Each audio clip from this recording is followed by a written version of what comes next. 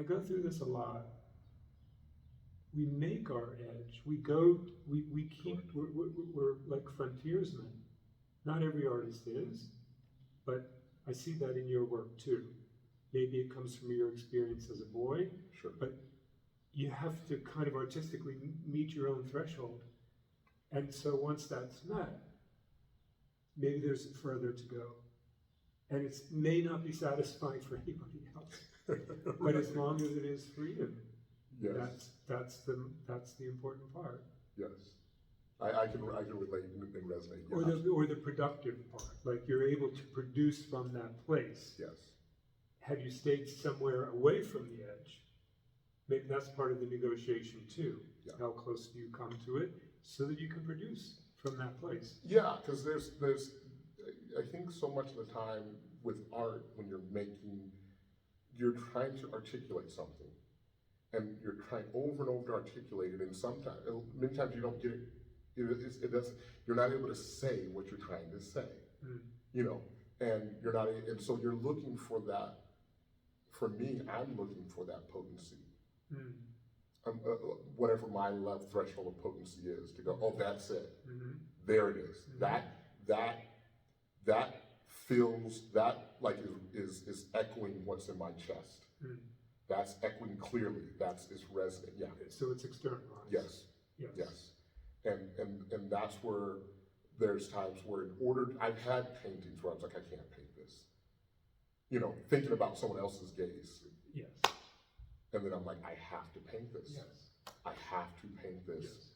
Because I need to know. And that's that negotiation. Yes. And I'm negotiating with myself of, am I going to say exactly what is inside of me, or am I going to back away from that edge and stay over here where it's more digestible, you know?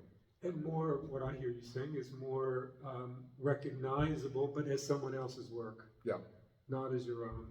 And you just have to kind of keep at it and go through all of those identifications. You're not this artist, you're not that artist, you're completely your own. And that's not for everyone. You know, not everyone, as we were saying last night, not everyone can sustain doing that. You find a little place and you want to stay there and you want to grow it, that's cool. Yes. But otherwise, you keep going. And I think probably what you're recognizing in me is that itch to keep going. There, you know, I have to keep exploring. I have to keep forging forward. You know, and it's for whatever reason it's important to my being. Yeah. But from coming back to your work, I'm thinking of you call it a camper or a trailer? Trailer, yeah. A trailer. You know, if you begin at that place, as you described it to me, and those kinds of experiences, I don't know, that takes some doing to make it, to represent it, and to represent it in a resonant way, an identifiable way, which you have. And this is another kind of magic about your work, in a variety of different materials and media. That's very appealing to me. For me, and this is probably Michael Hofka coming through, each material, he said something to the effect of every material has a limit. And certain, like through ceramic, you could articulate certain things. And paintings, you can articulate certain things. Sculpture, you know, if you're going to do wood, it's going to articulate, it's going to do certain things and say it in a very pronounced way. And certain narratives and stories and experience, only a painting can hold it, or only a ceramic can hold it, or only a sculpture, fabric, found objects, you know, can hold it. So is the idea that materials have meaning built in it? There's already a signification to the material. Yeah. And you're exploiting that. Yeah. You're utilizing it. Yeah. Yeah. Absolutely. Because there's a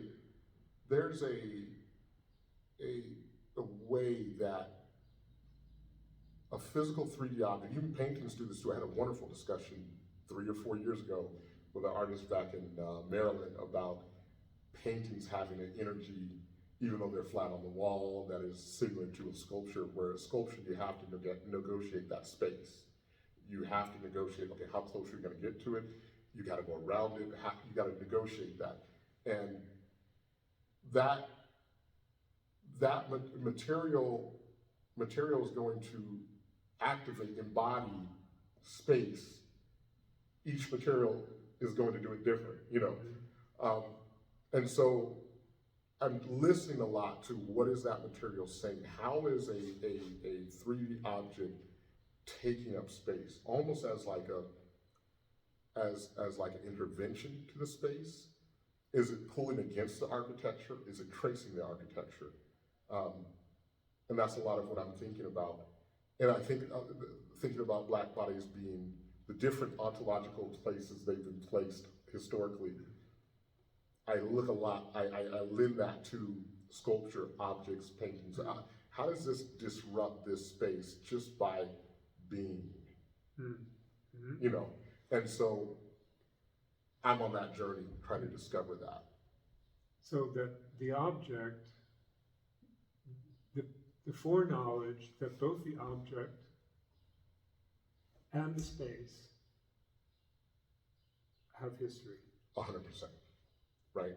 Yes. So that lends itself to like Joshua Tree and that old energy that you get there, you feel the history. There's no plaque when you get really out in the desert, even in your space. Yes. There isn't a sign that tells you all the history that's there. You feel it. Yeah, totally. You see it in the bushes and the, you know, and I felt the same thing when I went to Alaska, that, you know, you get deep enough in that wilderness and you look at those trees and they're just sitting there in just so tranquil, so at peace. And if you stayed out there 30 minutes and you got a problem in that snow, 30 minutes, you know, your body will, but this is able to survive here. This has history. This is its home. It's fine here. Yes. I would add it has awareness. Yes. I think there's what we're describing when we talk about a vibe or a frequency that we are in tune with, susceptible to, respond to. That's a kind of pure awareness of the thing, the place itself, and we're, as you said about getting a chill, you are so appreciative and grateful that you recognize that you get a chill. It's not just the chill, and there I also identify with you. Yeah. And the work.